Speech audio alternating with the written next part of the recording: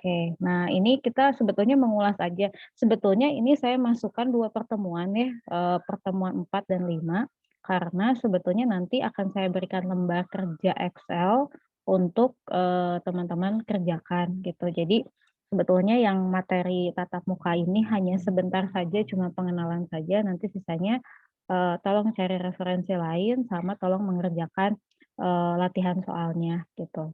Mungkin saya sebentar mengulas saja sedikit tentang perbedaan antara, eee, regresi dan korelasi. Kalau kemarin minggu lalu kan kita udah bahas korelasi ya.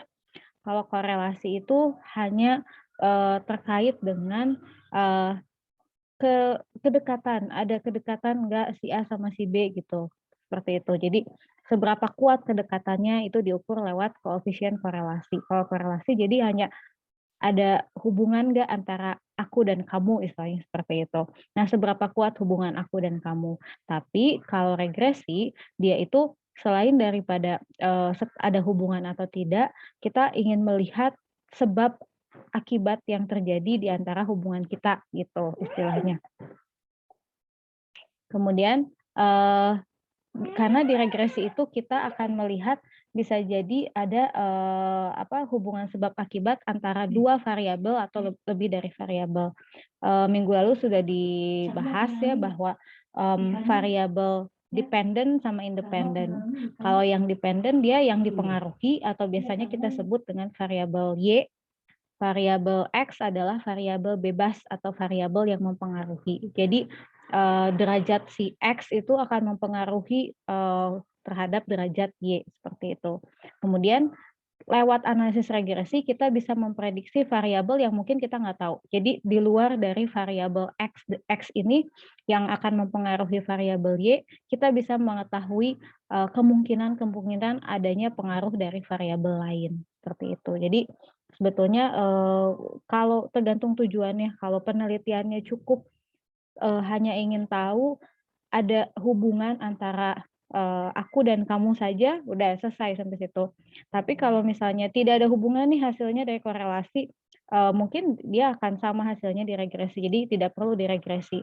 Tapi kalau memang ada hubungan, kemudian kita pengen lanjut nih, hubungannya seperti apa, detailnya seperti apa, contohnya lewat ANOVA ya, misalnya ANOVA itu, dihasilkan misalnya kita variabel X-nya banyak nih.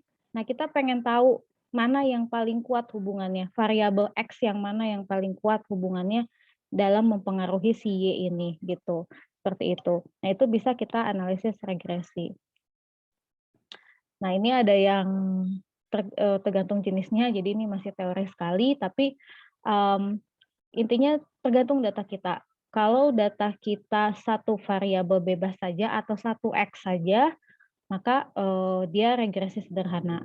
Tapi kalau dia lebih dari satu variabel bebas, intinya X-nya itu lebih dari satu, dia bisa masuk ke regresi berganda, seperti itu. Kemudian, muncul pertanyaan kayak misalnya perlakuan nih, perlakuan misalnya pemberian probiotik ya, persentase pemberian probiotik terhadap, pertumbuhan ikan. Pertumbuhan ikannya adalah, Y. Kemudian X-nya ini pertanyaannya apakah X-nya satu atau X-nya itu banyak tergantung jumlah persentase probiotik. Kira-kira menurut, Anggi gimana, Anggi? Variabel bebasnya satu atau lebih dari satu kalau seperti itu? Misalnya persentase probiotiknya ada 0, 3, 5 misalnya. 0%, 3%, 5%. Kayaknya satu, Bu, karena mungkin masih sama dalam probiotik gitu, Bu. Kalau misalkan beda lagi, kalau misalkan jenis probiotiknya yang beda, baru variabelnya mungkin ada 2 gitu atau lebih. Seperti itu sih, Bu. Betul, betul sekali, betul sekali. Jadi kalau, ya selamat datang Bu Anik, sepertinya lagi di jalan. Masih di jalan, nggak apa-apa saya open off cam ya Bu ya? Iya iya Bu, pokoknya kita setiap Sabtu 10:30 ya Bu. Iya. Oke. Nah, perbedaan dari tadi betul ya, kata Anggi bahwa karena dia jenisnya satu, dia menganalisis probiotik saja. Tapi kalau misalnya selain dari probiotik, mainin pH juga. misalnya, atau misalnya nggak probiotik aja, bioflok misalnya ya, bioflok dan probiotik, berarti dia masuknya regresi berganda. Jadi kita tidak tidak melihat adanya perbedaan dalam si variabel bebasnya. Misalnya derajat di probiotiknya ada yang 0%, 3%, 5%, itu adalah hasil ya, kita bisa panjangkan ke bawah. Nanti mungkin prakteknya akan saya buka Excel di sini. Nah, kemudian berdasarkan hubungannya ada yang linier dan non linier gitu ya. Jadi ada yang linier seperti itu, regresi linier, tapi ada yang enggak. Dia itu enggak linier, dia seperti bentuk S, misalnya seperti itu. Kemudian skala pengukuran, ini regresi standar, dummy, dan regresi logistik atau ordinal. Tapi mungkin ini kita nggak perlu mendalam tentang yang skala pengukuran ini. Yang paling utama adalah jumlah variabel dan sifat hubungan variabel. Jadi ada yang kalau linier misalnya seperti yang kemarin ya, semakin tinggi apa, semakin tinggi apa, semakin tinggi apa, semakin rendah apa. Tapi kalau yang non linier nggak begitu, dia ada tingkat limit di mana dia bisa berubah teori hubungannya seperti itu. Nah ini udah sangat klasik, mungkin ini agak pusing sebetulnya ya, tapi simpelnya adalah misalnya begini, Y sama dengan A plus B kali X. Itu mungkin yang sering di di waktu statistik S1 tuh rata-rata begitu. Jadi Y sama dengan A plus B kali X. Di mana A itu intercept, kalau di sini B0 ya, tapi ya bebas mau penamaannya seperti apa, mau B0 atau A. Kalau saya sih sebetulnya lebih senang A ya, menyebutnya biar ada pembeda sama yang B-nya. Jadi A saya biasa sebut intercept, kemudian B saya biasa sebut slope. Kemudian X itu adalah ya tadi ya, yang X-nya variabel bebasnya dan Y-nya adalah variabel yang dependent atau yang dipengaruhinya.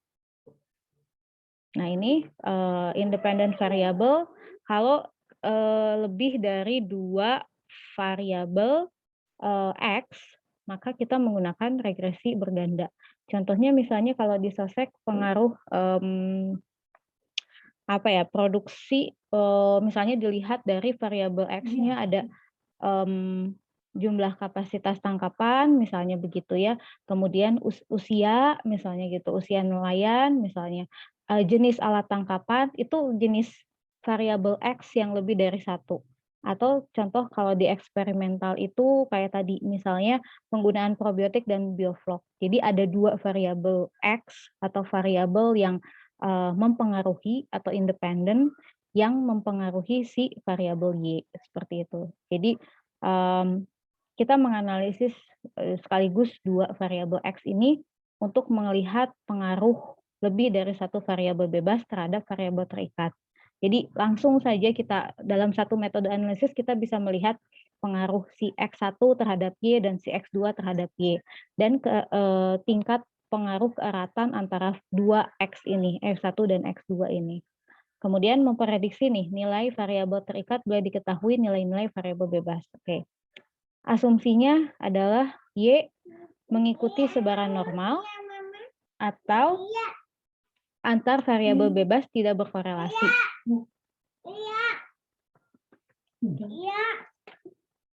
Oke, sebentar.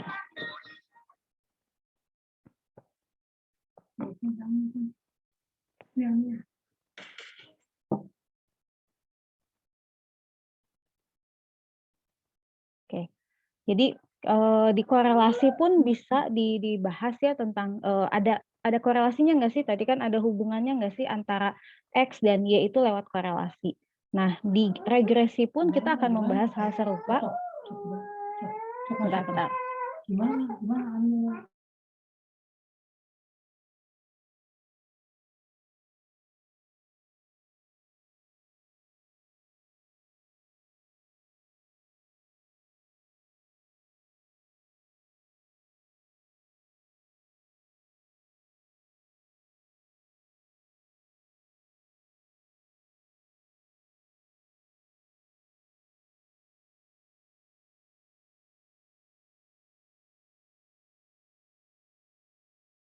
Oke. Jadi asumsinya Y mengikuti sebaran normal tadi ya, misalnya semakin besar X maka akan semakin besar Y, atau semakin besar X akan semakin kecil Y, seperti itu, atau tidak berkorelasi sama sekali. Nah ini sebentar saya cek dulu. Ini contoh ya, ini salah nih, judulnya saya salah sih, cara membuat distribusi frekuensi, padahal bukannya saya salah ketik, ini adalah regresi berganda.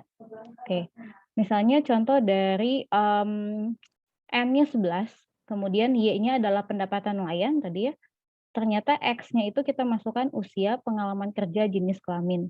Nah, nanti teman-teman mungkin ketika menggunakan aplikasi Excel atau SPSS, yang diinput secara otomatis akan melihat tabel-tabel sejenis ini. Nah, ini mungkin saya akan terangkan dulu pengertian-pengertian dari setiap item di sini. Intinya gini, ketika teman-teman meneliti variabel Y ya, yang dipengaruhinya apa? Pendapatan nelayan. Kemudian faktor yang mempengaruhinya adalah usia, pengalaman kerja, dan jenis kelamin.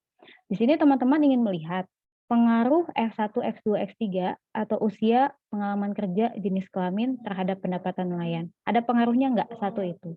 Kedua, kalau ada, siapa yang paling berpengaruh terhadap pendapatan nelayan? Itu.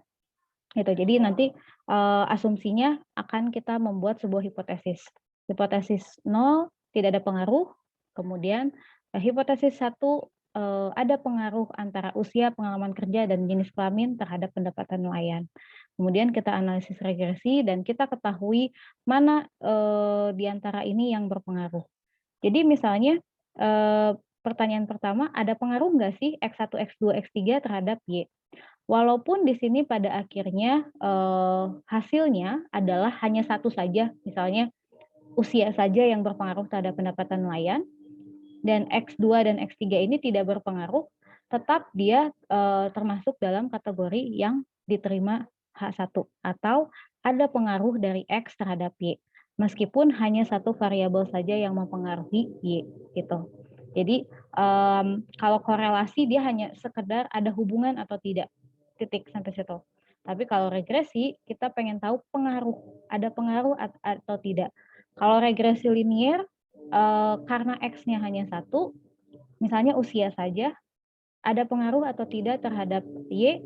Ada, oke, ada. Tapi kalau X-nya pengalaman kerja, adakah pengaruh pengalaman kerja terhadap pendapatan nelayan? Ini kalau yang linier ya, artinya yang linier itu kita tidak melihat ada 3 variabel bebas. Jadi hanya satu saja variabel bebas. Oh, ternyata tidak ada pengaruh, berarti stop sampai situ. Nah, di regresi berganda ini kita bisa masukkan 3 sekaligus variabel bebas, kita analisis bersama dalam satu metode, ada pengaruh tidak terhadap Y. Walaupun hanya satu saja yang berpengaruh, misalnya usia. Dan X2 dan X3 ini misalnya nggak pengaruh. Tetap saja bisa kita analisis karena salah satu di antara X ada yang mempengaruhi Y. Seperti itu. Ini contoh ketika nanti teman-teman menganalisis menggunakan aplikasi software, misalnya baik itu Minitab, R, atau SPSS, atau Excel simpelnya, nanti akan muncul seperti summary chart seperti ini. Nah, biasanya ini kita bisa melihat R ya, R kalau di korelasi itu ada koefisien korelasi ya, koefisien korelasi di sini. Nilai ini 0 ya, kalau misalnya ada tanda koma 979, ini adalah di depannya 0, berarti 0,979. Artinya di sini korelasi X1, X2, dan X3 bersama-sama dengan Y sebesar 0,979. Artinya korelasi di antara 4 jenis ini, tapi kita nggak tahu nih ya, kita nggak tahu mana yang paling berkontribusi terhadap korelasi tersebut. Jadi kita hanya menyebutkan 0,979 ini adalah korelasi di antara semuanya adalah 0,979, atau kalau dipresentasikan adalah 97,9% gitu. Kemudian ini R square atau R kuadrat, ini sama juga seperti minggu lalu kita sudah bahas. Ini adalah 0,59, atau dengan kata lain di sini sebesar dipersenkan ya 95,9% X1, X2, dan X3 mampu menjelaskan keragaman Y, gitu. Ini nggak perlu lagi. Atau X1, X2, X3 mampu menjelaskan keragaman Y sebanyak 95,9%. Keragaman, nanti coba cek lagi pengertian keragaman apa. Tapi intinya kalau yang R saja, dia adalah korelasi secara keseluruhan. Kalau yang R square, X1, X2, X3 ini mampu mempengaruhi atau mempengaruhi keragaman atau menjelaskan keragaman Y sebanyak 95,9%. Jadi kekuatan si X ini sebesar ini. Ingat yang minggu lalu bahwa yang mendekati 1 atau yang mendekati 100% itu adalah yang paling banyak pengaruhnya itu. Atau yang paling dekat korelasinya kalau dikorelasi ya. Jadi yang mendekati 1 dia paling tinggi tingkat korelasinya. Sedangkan di sini kalau yang adjusted ini untuk membandingkan persamaan regresi. Biasanya ini kayak by system misalnya. Persamaan regresi yang berbeda banyaknya antara independent variable gitu. Jadi ini misalnya kan kalau yang di sini itu kita cuma tahu X1, X2 dan X3 mampu menjelaskan Y. Nah, 0,941 ini istilahnya rata-rata atau rata-rata di antara si X1, X2 dan X3 kira-kira sebesar 94,1. Ini rata-ratanya maksudnya si X1, X2 dan X3 kisarannya persamaan regresinya seperti ini, banyaknya independent variable. Kemudian untuk regresi berganda kita pakai F hitung. Di sini ya, F hitung. Kenapa pakai F hitung? Nah, coba dicek lagi mungkin di buku statistik S1 itu ada kapan kita harus pakai T dan kapan kita harus pakai F. Atau di pertemuan 1 dan 2 saya juga jelaskan di situ di PowerPoint-nya T kapan menggunakan t-test dan kapan menggunakan ANOVA atau F hitung.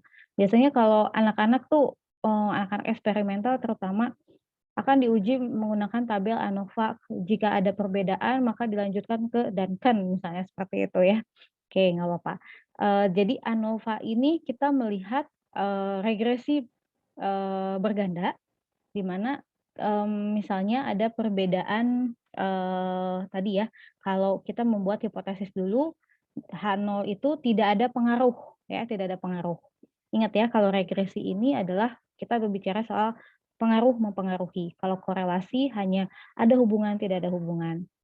Kemudian H1 yaitu minimal, nah ini kan minimal ada satu independent variable yang berpengaruh terhadap dependent variable. Jadi paling tidak minimal ada salah satu di antara X, baik itu usia, pengalaman kerja maupun jenis kelamin yang mempengaruhi pendapatan nelayan. Itu kemudian kita membuat seperti ini, hipotesis seperti ini. Ini kaidah dalam statistik yang seperti ini harus ditulis.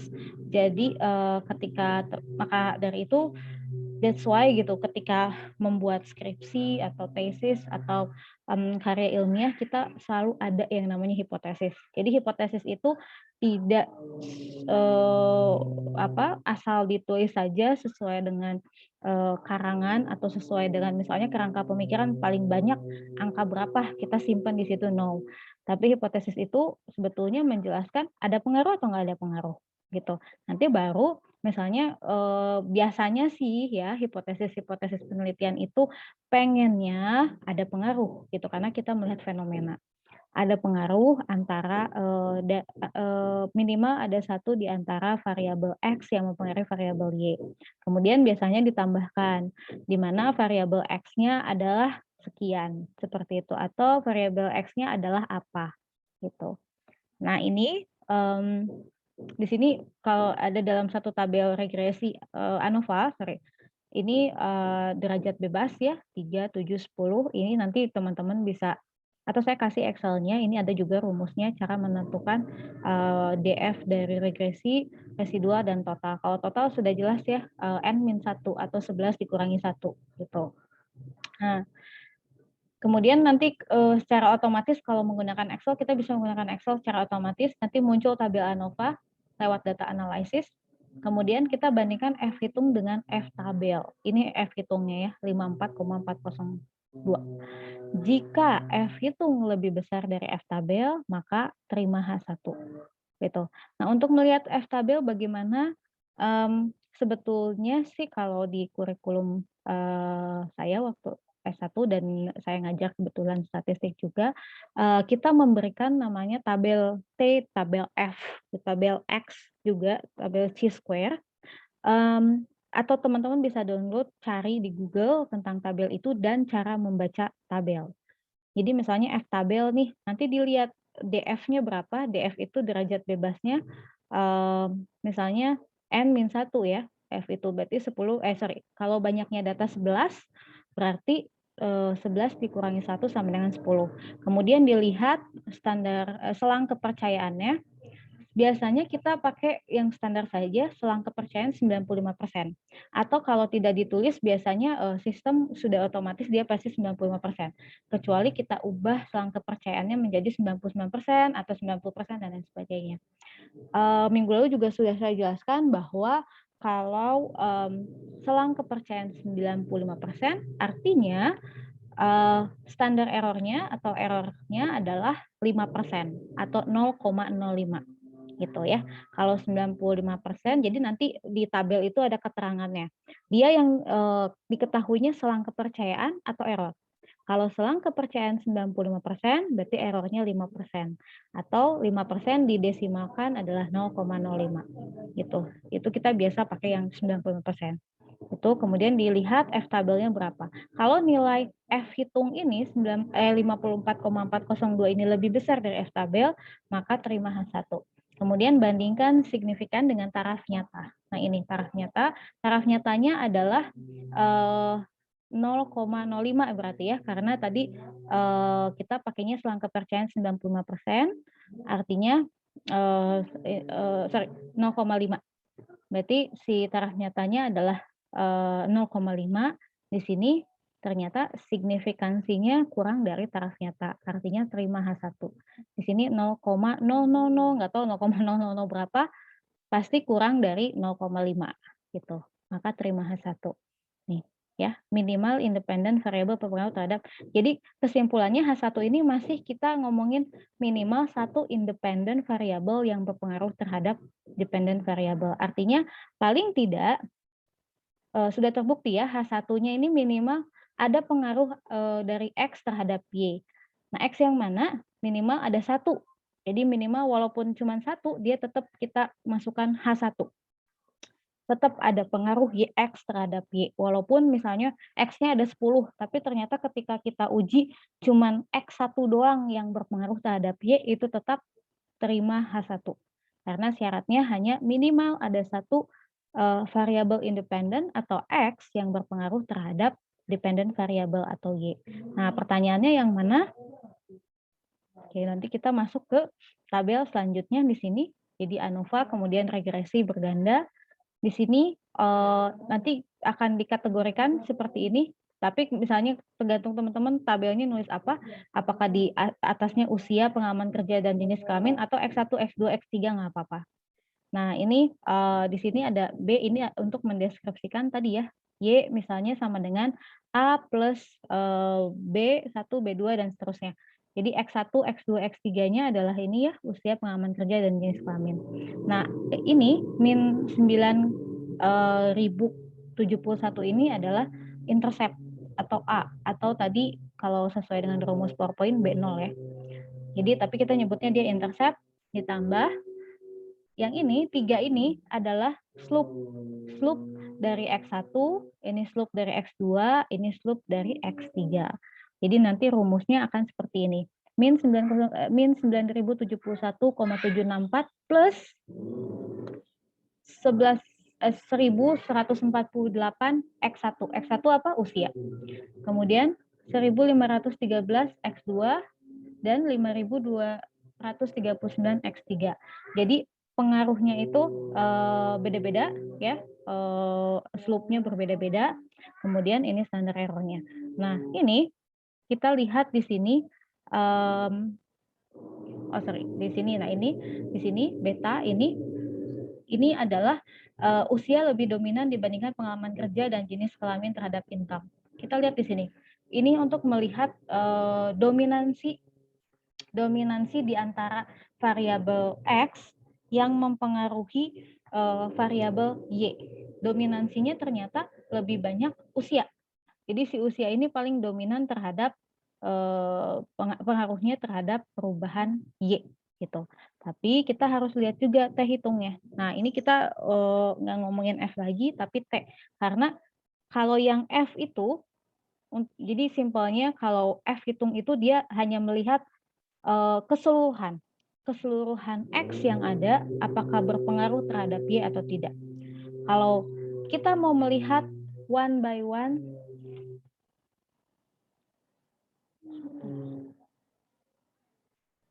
kita mau melihat satu-satu dari usia terhadap pendapatan nelayan, pengalaman kerja terhadap pendapatan nelayan, jenis kelamin terhadap pendapatan nelayan, maka pakai T. T ini ingin melihat pengaruh satu-satu item ke setiap Y, perubahan Y. Biasanya kalau deskripsi juga pasti akan familiar dengan tabel ini sebetulnya, karena setelah kan itu ANOVA ya, artinya melihat pengaruh misalnya tadi probiotik penambahan 0,35 misalnya. Oh ternyata T-nya itu atau yang paling pengaruh itu misalnya yang 3% terhadap perubahan pertumbuhan misalnya seperti itu. Makanya kita harus melihat dari T ini, kita mulai dari menggunakan tabel T hitung ya. Ini T hitung itu adalah ini ya yang ada di sini. Kemudian T tabel. Nah, ini kita cek lagi, kita harus buka tabel sebetulnya. Tapi kalau enggak biasanya di sini udah apa namanya? Ada cirinya gitu ya. Ini tidak disebutkan T tabelnya berapa, tapi di sini sudah terrecord bahwa kalau T hitung lebih besar dari T tabel, terima H1. Dalam populasi ada pengaruh X terhadap Y, atau dalam pengaruh tadi usia, pengalaman kerja, jenis kelamin, ada pengaruhnya terhadap pendapatan nelayan. Nah, kita pengen tahu nih yang mana banyak pengaruhnya. Kita cek di sini. Saya belum lihat T tabelnya sih, tapi intinya kalau T hitung lebih besar dari T tabel, maka lebih besar. Dan hasilnya pengaruh. Dan dari hasil tersebut, bahwa yang ada pengaruh itu adalah usia dan jenis kelamin. Sedangkan si pengalaman kerja ini nggak ada pengaruhnya. Itu bisa dilihat juga dari signifikansi ini. Jadi kalau signifikansi adalah kalau dia kurang dari taraf nyata, maka terima H1. Taraf nyatanya berapa? 0,5 ya, karena tadi errornya adalah 5%, selang kepercayaan 95%. 100% dikurangi 95% adalah 5%. Berarti kita lihat di signifikansinya di sini, kalau kurang dari taraf nyata maka terima H1. Nah, ini kita lihat nih, yang yang usia, jenis kelamin, dia itu kurang dari 0,5. Tapi yang pengalaman kerja, dia lebih dari 0,05 gitu. Nah, jadi kita ini kayaknya salah, ini kalau kurang 0 ya. Jadi si pengalaman kerja ini tidak memiliki pengaruh terhadap income begitu. Mungkin agak sedikit belibet ya, tapi saya mau share Excel-nya biar teman-teman bisa ada gambaran. Sebentar. Oke. Oke, apakah sudah terlihat ini saya apa namanya? PowerPoint yang saya Excel yang saya tampilkan? Sudah, Bu. Oke. Ini yang saya buat soal, saya buat data di sini, kemudian saya kerjakan secara manual di sini ya. Sini, wah ada JK, FK, sebetulnya ini materi S1, makanya saya tidak akan memberikan rumus, misalnya JKT apa, JKG apa, dan lain sebagainya apa, enggak. Itu silahkan dibaca saja di buku statistika S1, tapi intinya di sini saya sudah berikan ini, nanti teman-teman bisa analisis sendiri, karena materinya juga analisis statistik ya, artinya menganalisis setiap fenomena yang ada di statistik. Jadi misalnya ini, nah ini rumusnya apa, tinggal dilihat saja, misalnya karena ini ada datanya ada 15 ya, berarti jumlah Y dikuadratkan dibagi N. Nah, misalnya seperti itu. Itu bisa dianalisis sendiri sama teman-teman. Nah, ini kasusnya kayak yang tadi Anggi misalnya. Probiotik terhadap pertumbuhan. Tadi misalnya 0, 3, 5 perlakuannya ya. Nah, jadi kalau ada punya perlakuan, ini urutkan ke bawah seperti ini. Jadi kalau yang punya perlakuan itu misalnya 035, dia bukan berbeda variabel. Dia variabelnya sama, jenisnya sama probiotik. Jenis datanya adalah sama probiotik. Kecuali kalau tadi ada bioflok misalnya. Nah, bioflok itu kita masukkan di sini X2. Kalau X1-nya probiotik, misalnya X2-nya adalah bioflok. Kalau hanya probiotik saja, ini bukan probiotik ya, ini penambahan leaf meal ke pakan misalnya. Nah, kita lihat ada berapa ulangan. Di setiap perlakuannya ada berapa ulangan. Kalau 3 ulangan, nah ini kita masukkan semuanya berurutan 0, 0, 0, 25, 25, 25, 50 sampai nilai datanya adalah 15 gitu ya. 15 itu berarti 5 perlakuan 3 ulangan gitu. Nah, kita juga harus lihat kaidah-kaidah kalau misalnya eksperimental, mungkin kemarin kita udah bahas ya tentang sampel, baik eksperimental maupun sosial ekonomi gitu, kita harus lihat sampel berapa sih yang dibutuhkan gitu ya untuk mewakili satu populasi gitu. Jadi ada kaidahnya minggu lalu kayaknya saya lupa ada di PowerPoint atau tidak, tapi misalnya RAL nih, RAL paling tidak T kali R atau ulangan dikalikan perlakuan itu paling sedikit 15 gitu. Jadi kalau misalnya perlakuannya ada 3, maka ulangannya harus dilebihkan misalnya 5 karena dia harus 15 gitu. Kemudian yang untuk yang sesek itu ada rumusnya cara menghitung untuk mencari minimal sampel yang diambil ya, minimal sampel yang diambil berapa agar bisa mewakili satu populasi. Nah, itu harus dihitung. Jadi minimalnya. Lalu kita masukkan karena ini masih pakai RAL. Kalau misalnya tadi X-nya ada 2, kita menggunakannya berarti RAK, bukan RAL lagi. Jadi ada X1, X2. Kemudian kita regresinya bukan linear, tapi yang berganda. Nah, tapi ini masih yang linear, jadi kita masih pakai X-nya satu saja. Kemudian kita masukkan rumusnya. Ini B1 itu bisa kita istilahkan dengan intercept atau misalnya A ya, misalnya A. Kalau di beberapa buku statistik biasanya menulis A. Yang ini slope kita hanya sebutkan B. Jadi rumus Y itu adalah A plus BX gitu ya, A plus BX. Nah, ini A-nya adalah 1,768. Sorry. Oh, betul-betul ini salah saya. Kayaknya ini saya salah. Ini B, sorry, ini B. Ini slope-nya, sorry, ini slope-nya, ini intercept-nya. Intercept. Oke, saya kasih keterangan di sini, ini slope.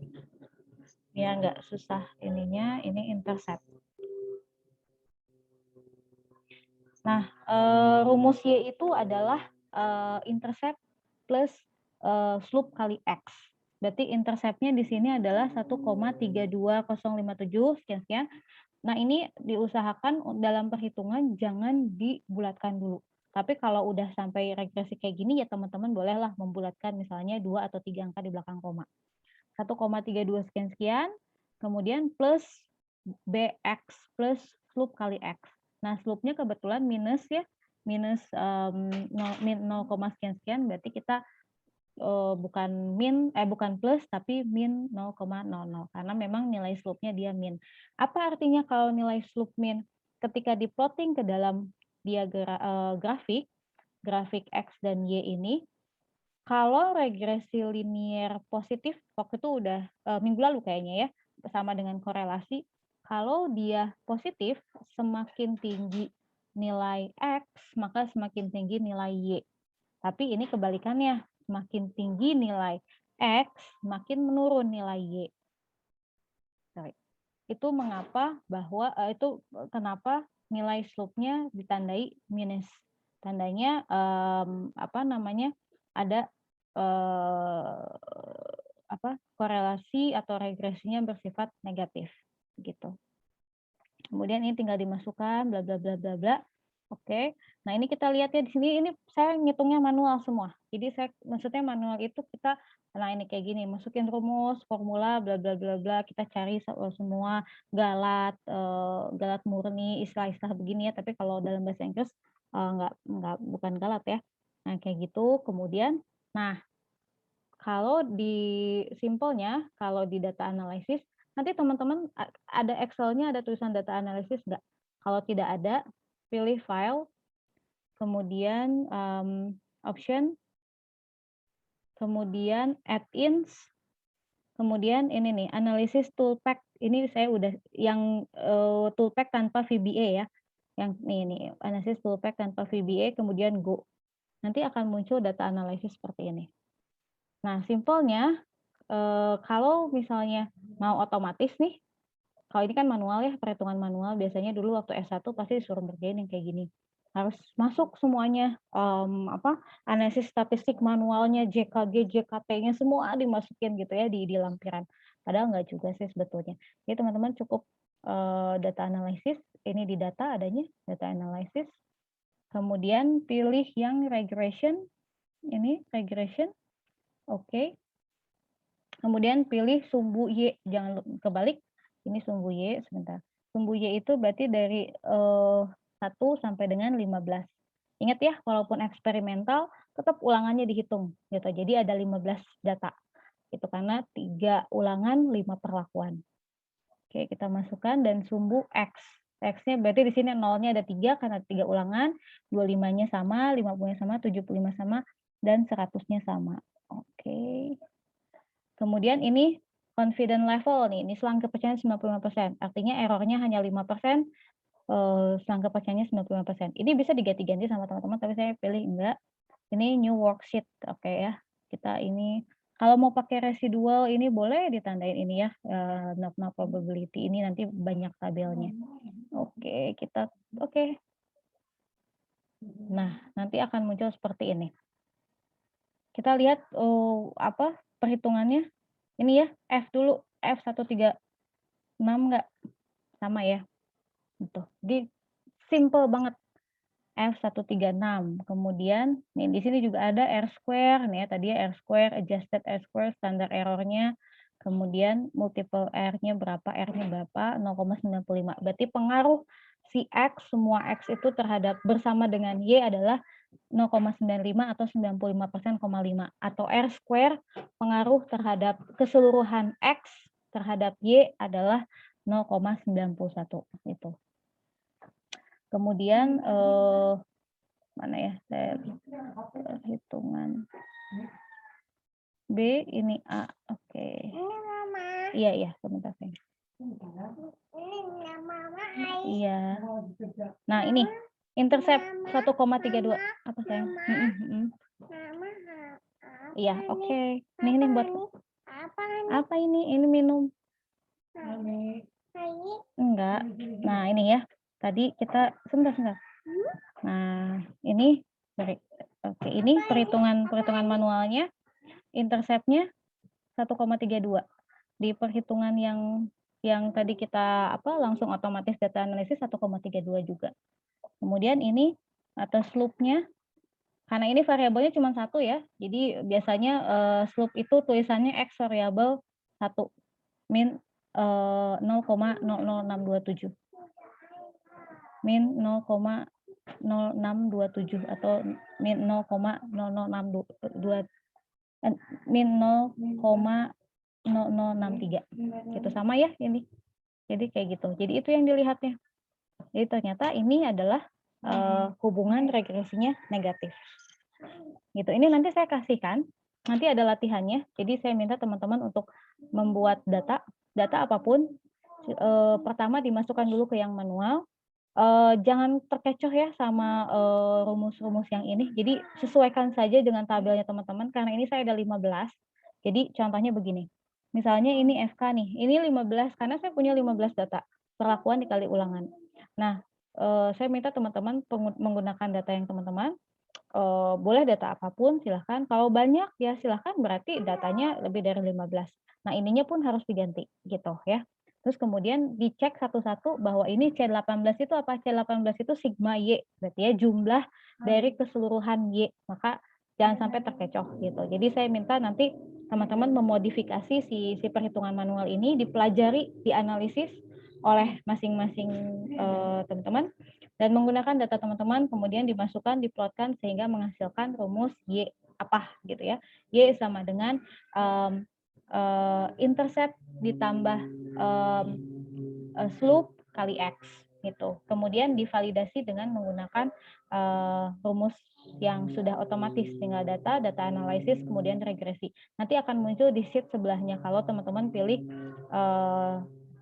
nih ya regresi. Nah, nanti kalau pilihnya new worksheet, nah itu berarti akan muncul di sebelahnya. Tapi kalau new workbook nanti di Excel file yang lain. Kalau output range misalnya, pengen di sini misalnya ya, di sini jadi nggak terlalu jauh sama manualnya, masih di satu sheet yang sama. Ini tinggal klik saja ini, kemudian nanti di sebelah mananya gitu, di sheet yang mana, gitu simpelnya. Mungkin sampai sini dulu ada pertanyaan, sedikit-sedikit pusing, tapi saya rekam ini, jadi teman-teman bisa